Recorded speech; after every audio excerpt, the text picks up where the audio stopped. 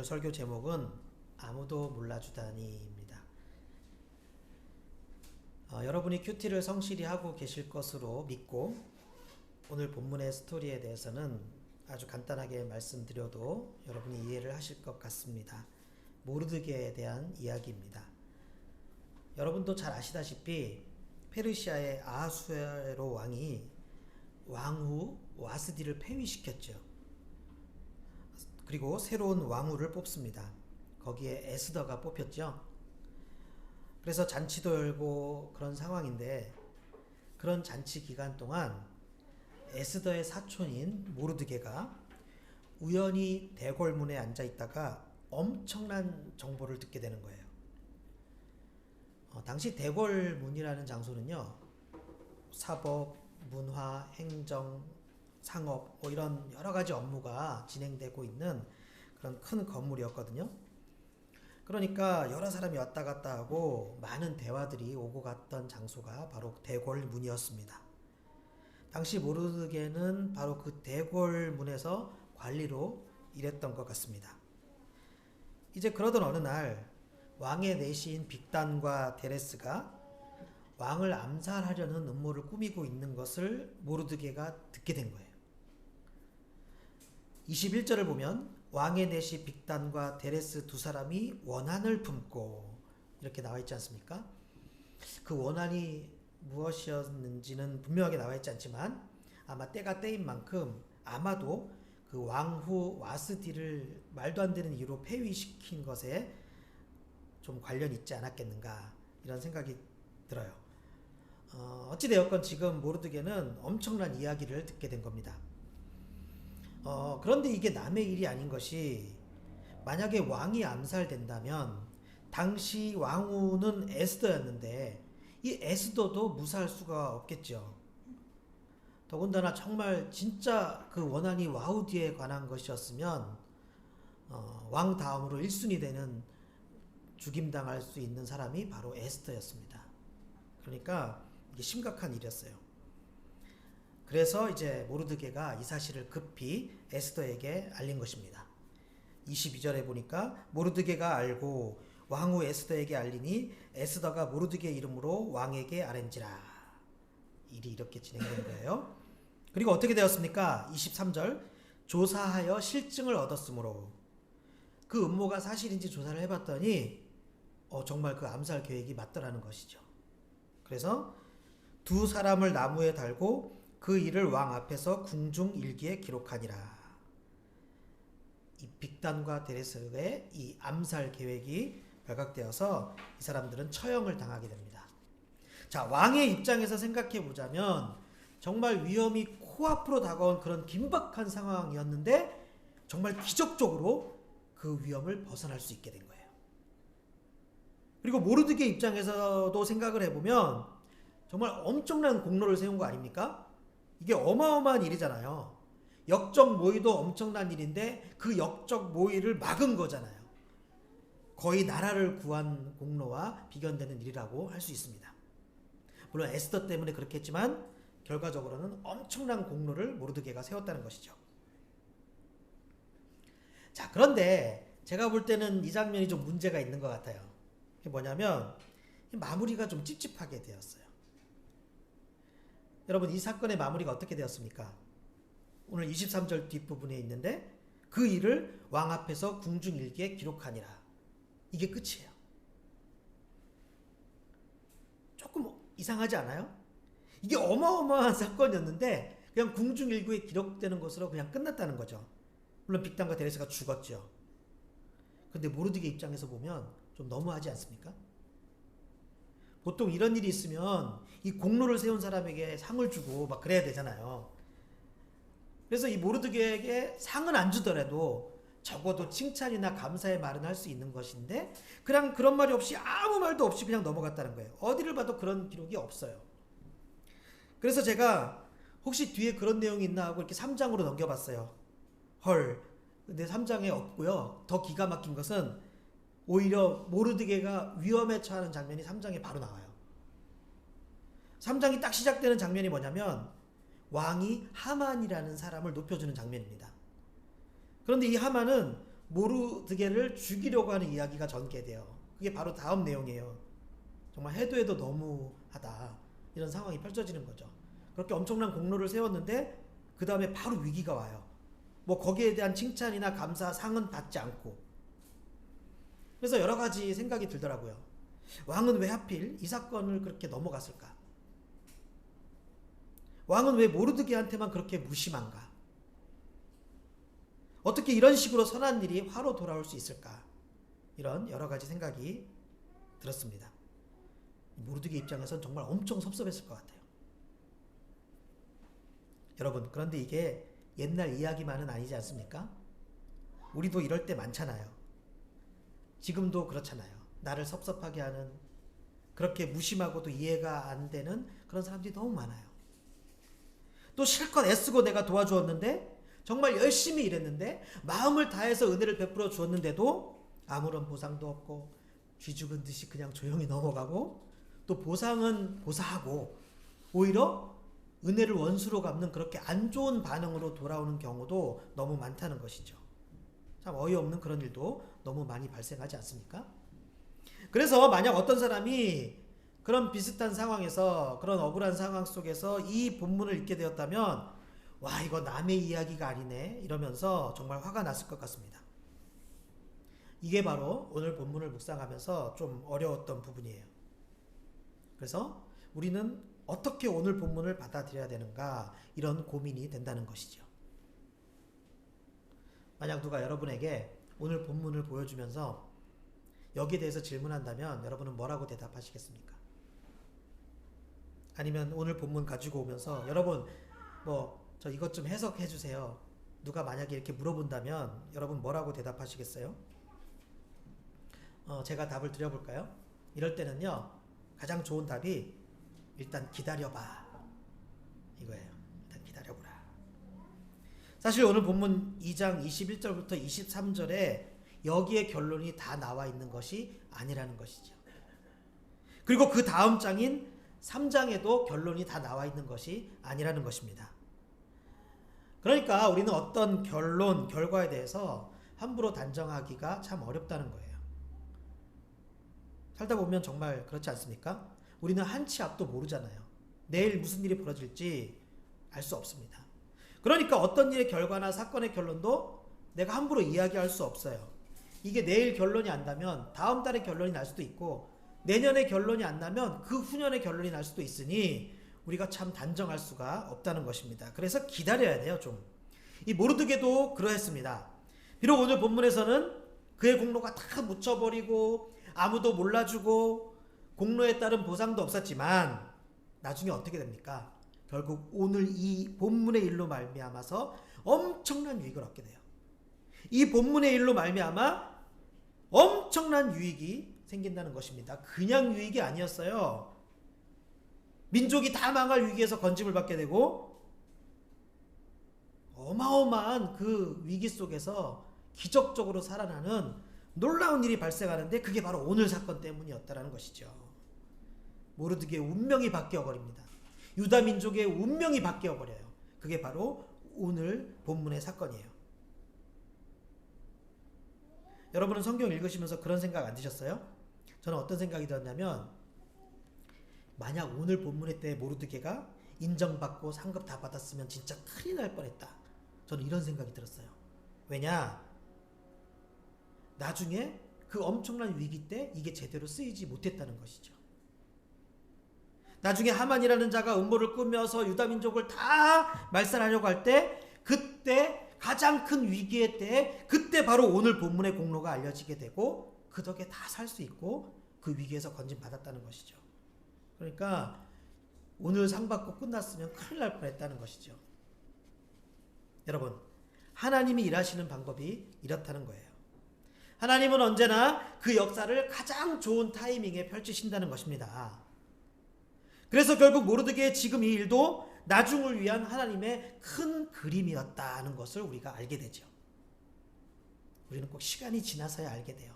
당시에는 몰라요. 그래서 오늘 성경 2장 3장에서는 몰랐던 것을 비로소 6장에 가서야 슬슬 알게 돼요. 하만이 어떻게 합니까? 모르드게와 유다 민족을 죽일 준비를 다 했어요. 다 끝냈어요. 그런데 어느 날 왕이 잠이 안 와요. 이 6장이 그렇게 시작돼요. 하필 그날 잠이 안 와갖고 책이나 볼까? 기록이나 봐야겠다. 그동안 무슨 일이 있었나? 이 궁중 일기를 본 거예요. 그러면서 모르드게가 세운 그 엄청난 공로를 알게 되죠. 아, 그때 나 암살하려고 하는 놈들이 있었지? 와, 그거 이 모르드게가 이거를 알려준 사람이 있었다는 거야? 그 밤에 알게 돼요. 왜 하필 그날 밤에 잠이 안 왔을까? 하나님이 하시는 거예요.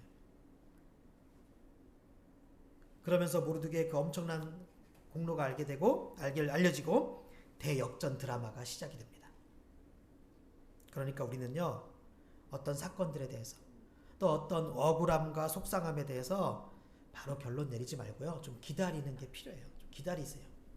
기다리세요. 너무 단정 짓지 마세요. 너무 속상해하지 마세요. 좀 기다려보세요. 그러면 이게 좋은 결과가 내가 생각한 것보다 더 늦게 나타날 수도 있는 거예요. 그러니 여러분, 인내하는 것, 좀 참는 것이 굉장히 중요합니다. 참는 게 참 중요해요. 인내가 참 중요해요. 그게 핵심입니다. 그래서 이 오늘 본문은요, 참 우리에게 여러 가지 귀한 인사이트를 주시는 것 같습니다. 제가 몇 가지 한번 정리를 해봤는데, 일단 어떤 인사이트가 있었냐면, 일단 우리는 모든 일은 결국 알려지게 된다. 이걸 알아야 돼요. 이걸 깨달아야 해요. 며칠 전 우연히 TV에서 지금은 세계적인 스타가 된 윤여정 배우가 나와갖고 이렇게 말을 하더라고요. 세상에 없는 세 가지가 뭔 줄 알아? 응? 뭔 줄 아니? 첫째, 공짜. 둘째, 정답. 그리고 셋째, 비밀. 세상에 비밀은 없단다. 이렇게 얘기하더라고요. 그렇죠? 예, 진짜 비밀은 없어요. 비밀 없는 거예요. 그런 속담도 있잖아요. 낱말은 새가 듣고 반말은 쥐가 듣는다. 이게 시간이 좀 오래 지나서 그렇지 결국 다 밝혀져요. 물론 쥐도 새도 모르게 이런 말도 있어요. 그런데 쥐나 새는 몰라도 강아지나 고양이는 알 수 있고요. 또 진짜 정말 세상의 모든 존재들이 모른다고 해도 하나님은 다 아시지 않겠습니까? 그래서 무슨 은밀한 죄, 은밀한 악행뿐만 아니라 우리의 선행도 영원하게 감추어지지는 않습니다. 결국 드러나게 된다는 거예요. 결국 다 알려지게 된다는 거예요. 그러니까 여러분, 필요한 게 뭐겠습니까? 뭐예요? 중요한 자세는 기다리는 거예요. 항상 무슨 일이 터지는 건 기다리지 못해서 그래요. 기다리지 못해서 그래요. 또 어떤 일을 할 때도 너무 남을 의식해서 우리가 할 필요가 없어요. 그러니까 아무도 모르겠지? 하면서 그렇게 해서도 안 되고요. 아무도 몰라주네 그러면서 속상해할 필요도 없다는 것입니다. 결국 다 알려지게 돼요. 다 알려지게 돼요. 비밀은 없어요. 또 오늘 본문은 어떤 인사이트를 주시냐면 모든 것은 때가 있다. 이걸 우리에게 가르쳐 주시는 것 같아요. 때가 있다. 어떤 일이 큰 효과, 효능을 발휘하려면 그 일 자체보다 중요한 게 있어요. 그 일이 발생되는 상황이 더 중요해요. 여러분 그런 거 많이 느끼시지 않습니까? 일도 중요한데 그 일이 어떤 때 발생되느냐, 그 상황이 더 중요하다는 거예요. 다른 말로 하면 언제나 최적의 타이밍이 중요하다는 뜻입니다. 오늘 모르드게의 공로도 그렇지 않습니까? 만약 오늘 본문 요때 보상받고 끝났으면 나중에 더 큰 위기의 때에 그게 그 제대로 역할을 못했을 거라고요. 하지만 오늘 본문에서 그 공로가 묻혀졌기 때문에 나중에 더 중요한 때 진짜 제대로 활용됐다는 것이죠. 그러니 우리도 너무 실망하고 너무 속상해하고 아파할 필요가 없다는 것입니다. 물론 실망은 할 수 있죠. 실망할 수 있어요. 그게 뭐 내 뜻대로 되나요? 실망이 막 저절로 드는 건데. 하지만 그렇게 실망이 들더라도 그것을 계속 품고 가지고 가시지 마시고 그래도 하나님 뜻이 있겠지. 하나님이 이렇게 지금 좀 섭섭하게 하시는 이유가 있을 거야. 우리가 이러면서 잘 넘기고 끝까지 믿음으로 견뎌야 됩니다.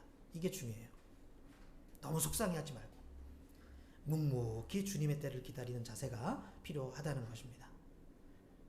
이 본문이 실려있는 우리 큐티책 보니까 그 에세이에 하영조 목사님의 글이 있더라고요. 이런 식으로 돼 있더라고요. 열심히 충성하고도 아무것도 얻은 게 없어서 허탈하십니까? 낭망하지 말고 기도하십시오. 기도하다 보면 하나님의 숨은 뜻을 발견하게 될 것입니다. 대미를 장식하실 하나님의 계획이 무엇인지 성령께서 가르쳐 주실 것입니다. 예, 맞는 말씀이에요. 우리가 견디면서 기도하다 보면 때때로 그 하나님의 비철을 알게 될 수도 있어요. 그러면 더 견디기 쉽겠죠? 기도 가운데 하나님의 뜻을 알게 되기도 해요. 그래서 기도가 참 좋은 것입니다. 기도로 인해서 실망하고 낙심해 있는 상태에서 우리가 새로운 힘을 얻게 된다는 것이죠. 다시 소망을 갖게 됩니다. 그래서 우리가 잊지 말아야 할 것이 뭐냐? 하나님의 타이밍이에요. 하나님의 타이밍. 하나님이 역사하시는 최적의 타이밍이 있다. 진짜 가장 좋은 때가 따로 있다. 이것을 늘 생각하셔야 합니다. 한 가지 인사이트만 더 살펴본다면, 그렇기 때문에 중요한 게 뭐냐? 우리의 한결같음이에요. 우리가 한결같은 자세를 유지하는 것이 참 중요하다는 사실입니다. 왜 그럴까요? 우리의 한결같음이 바로 복을 부르기 때문이에요. 축복을 부르기 때문이에요. 현실을 보면서 실망을 자주 하는 사람, 남의 이목을 신경 많이 쓰고 보상을 중요하게 생각하는 그런 사람들은요, 한결같기가 참 어려워요. 왜 그런지 아세요? 뭔가 그런 게 없으면 좋은 일을 하다가도요, 금방 그만둬요. 왜요? 안 알아주니까. 뭐 생기는 것도 없으니까. 하지만 그런 사람은요, 무엇이든지 어느 분야에서 성공하기가 어렵습니다. 성공하는 사람은요, 꾸준하고 한결같은 사람이에요. 뭐 그 반응 보면서, 알아주는 거 보면서 금방금방 바꾸는 사람은 얻기가 어렵다고요. 복받기 어렵다는 뜻입니다. 이 우리가 하는 모든 일은, 이 공부도 그런 거거든요.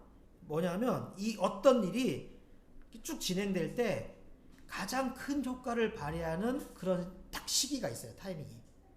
무슨 말이냐? 공부도 그런데요. 이 공부도 이렇게 꾸준히 하다 보면 공부가 막 내 실력이 이렇게 향상되는 게 아니라 요렇게 가다가 어느 순간에 탁 튀어오르고, 또 요렇게 가다가 탁 튀어오르고, 이런 때가 더 많아요. 그런데 이게 공부에서만 그런 게 아니라 모든 삶의 일에 우리가 성장한다는 것, 실력이 는다는 것은요, 항상 그렇게 어느 순간이 있단 말이에요. 근데 그렇게 내가 탁 튀어오르는 그 순간 앞에서 딱 포기하면 어떻게 되겠어요? 그걸 못 얻는 거예요. 못 얻는다고. 어떤 사람이 자기 재산이 있어, 집이 있어, 집값이 많이 올라가고 돈을 벌었어. 그런데 그 집값이 매달 이렇게 오르는 경우는 거의 없고, 어떤 그런 타이밍이 있단 말이에요. 한 번씩. 그러니까 인생이 그래요. 그런 경우가 더 많아요. 그래서 그때마다 자기의 유익을 얻기 위해서 어떻게 해야 됩니까? 꾸준해야죠. 한결같아야 돼요. 모든 일이 그래요. 꾸준하게 유지하다 보면 확 내게 유익이 되는 그런 타이밍이 있다는 겁니다. 네. 여러분, 모르드게를 보세요. 이 모르드게 보세요. 그런 사람이에요. 뭐 몰라준다고 해서 아무런 원망도 하지 않아요. 심지어 자신이 한 그 일에 대해서 어떠한 보상도 요구하지 않습니다. 아, 에스더, 좀 내가 할 말이 있네. 좀 섭섭하네. 그게 어마어마한 일인데, 어쨌든 일이 해결돼서 다행이지만, 그래도 너무 좀 그러네? 너무 조용하시네? 왕이 좀 그러시네? 이러지도 않아요. 어찌하여 내게 보상을 하지 않는가? 뭐 이런 구절 없어요. 이런 사람은요, 그냥 원래 이런 사람이에요. 따라서 왕에게 있어 충성된 신하는 늘 충성된 사람이고요, 주인에게 있어서 성실된 일꾼은 늘 성실한 일꾼인 거예요. 그리고 바로 이런 사람들이 때가 되면 복을 받게 됩니다. 왜? 사실 그 왕이나 주인도 다 지켜보고 있거든요. 그런데 하물며 우리 하나님이 우리의 모든 것을 지켜보고 계시지 않겠습니까? 우리 하나님이 우리가 어떤 사람인지 알지 못하시겠습니까? 하나님이 속거나 잘못 판단을 하시겠습니까? 상급을 약속하신 그 하나님께서 그냥 넘어가시겠습니까? 언제나 착하고 충성된 종아 그러면서 상급을 주시는 것을 우리가 성경에서 보게 되잖아요. 그게 우리 하나님이에요. 하나님은 그냥 넘어가지 않으세요. 심은 대로 거두리라. 그 하나님께서 깜빡하고 넘어가시겠냐고요. 그렇지 않아요. 따라서 한결같음이 축복을 부릅니다. 한결같은 사람이 성공하고 결국 승리하는 거예요. 한결같은 사람은 남의 이목 신경 쓰지 않습니다. 보상이 있고 없고에 따라 움직이지 않아요. 그저 내가 그것이 옳으면 그냥 묵묵히 해나가는 거예요. 그런 사람이 바로 모르드게였습니다. 그래서 모르드게가 어떻게 되었습니까? 복을 받잖아요. 하나님이 높이 세워주시잖아요. 큰 사명을 주시잖아요. 그런데 여러분, 모르드게가 무슨 대단한 실력이 있는 사람이었습니까? 그저 대궐문에서 소소하게 근무하는 작은 직장인이었어요. 그것도 이방 민족에. 그러나 그의 한결같았던 삶은, 그 삶의 결론은 너무나도 찬란했다는 거예요. 상상하지도 못한 축복을 받았어요. 확인해 볼까요? 여러분, 에스더 큐티 끝났죠? 그 에스더 결론이 어떻게 나는지 기억나십니까? 마지막 장이 10장인데 절수가 되게 짧아요. 마지막에 와서만. 참 여러 가지 놀라운 사건들이 발생했죠. 에스더. 그런데 그 에스더, 그 여러 가지 일들이 발생한 그 에스더서는요, 그저 묵묵히 자신의 사명을 감당했던 한 보잘것없는 작은 사람 모르드게의 축복으로 대단원의 막을 내립니다. 이름은 에스더인데 주인공이 모르드게 같아요. 우리 한번 찾아보겠습니다. 에스더서 맨 마지막 구절인 10장 3절.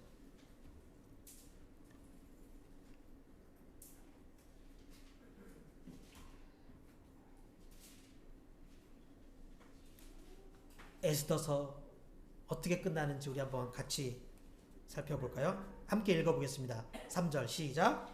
유다인 모르드게가 아하수에로 왕의 다음이 되고 유다인 중에 크게 존경받고 그의 허다한 형제에게 사랑을 받고 그의 백성의 이익을 도모하며 그의 모든 종족을 안위하였더라. 이게 결론이에요.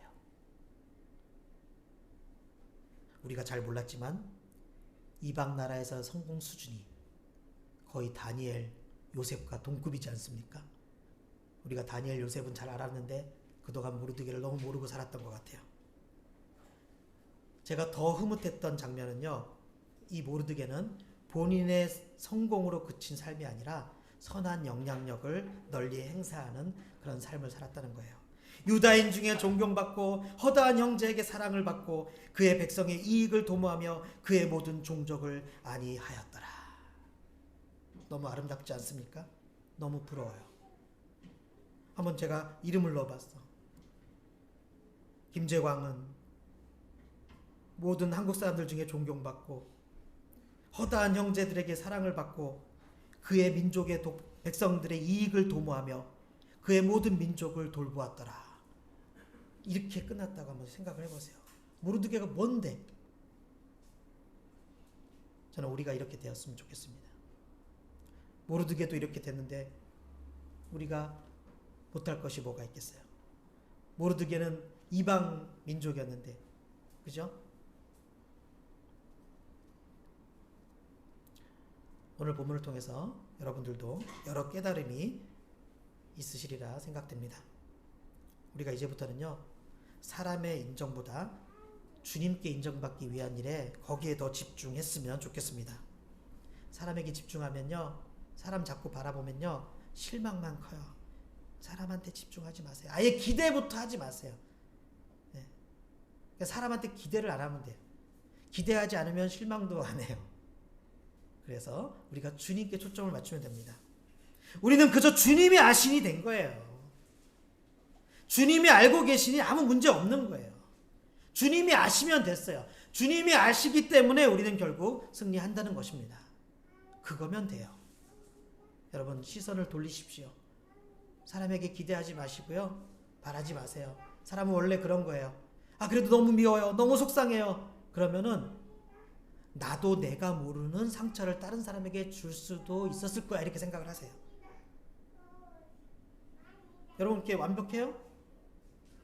제가 오늘날 갑자기 집사님 좀 섭섭했어요. 갑자기 그러면 뭐 생각이 안 날 거 아니에요. 근데 얘기 들어보면 진짜 생각지도 못한 거에 막 제가 섭섭한 걸 가지고 있는 거지. 원래 그런 거예요, 사람은. 모든 사람이 그래요. 그러니 나를 향한 사람들의 생각도 다 똑같아요. 왜 그럴까요? 하나님의 뜻이 있어요. 사람 기대하지 마라. 사람을 보며 세상을 볼 땐 만족함이 없었네. 나의 하나님 주님을 바라볼 때 나는 만족하겠네. 이게 진리입니다. 그래서 주님이 아시면 됩니다. 아무도 몰라준다고 속상할 필요 없습니다. 그저 주님만 바라보고 승리하는 것입니다. 이런 믿음으로 당당하게 힘차게 걸어나가는 우리 성도님들이 될 수 있기를 예수님의 이름으로 축원합니다.